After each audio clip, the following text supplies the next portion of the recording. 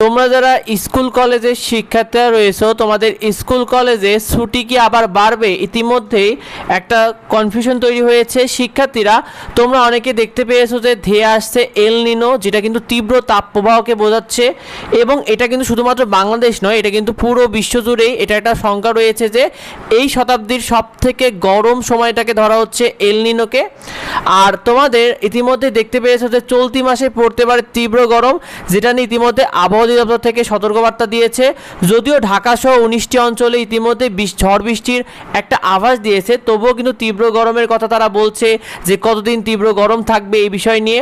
তো তোমরা স্কুল কলেজে তোমাদের যে ছুটির নোটিশ অনুযায়ী সেখানে বলা হয়েছিল যে প্রাথমিক ও মাধ্যমিক স্কুল এবং সাথে সাথে কলেজগুলোতে ক্লাস শুরু কথা রয়েছে 7 জুন থেকে।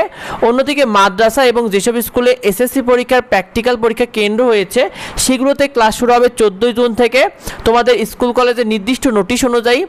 আর স্কুল কলেজে গরমের ছুটি ইতিমধ্যে বাড়ানো নিয়ে সামাজিক যোগাযোগ মাধ্যমে অনেকে এই বিষয়টা নিয়ে লেখালেখি করছে। বিশেষ করে অনেকে বলছে যে দেশের আবহাওয়াতে জুন মাসে তীব্র গরমের পরিমাণ বাড়ার সম্ভাবনা রয়েছে, কারণ আবহাওয়া অধিদপ্তর থেকে সতর্কবার্তা দিয়েছে।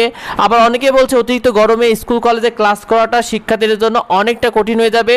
আবার অনেকে দাবি করছে এই গরমে ক্লাস করলে অনেক শিক্ষার্থী অসুস্থ হয়ে পড়বে, তাই এতে অনেকে ছুটি বাড়ানো নিয়ে অনেকে মতামত দিচ্ছে তাদের সামাজিক যোগাযোগ মাধ্যমগুলোতে। তবে শিক্ষার্থীরা তোমাদের স্কুল কলেজে ছুটি বাড়ানো হচ্ছে না, কেন বাড়ছে না এই বিষয়টা জেনে নাও।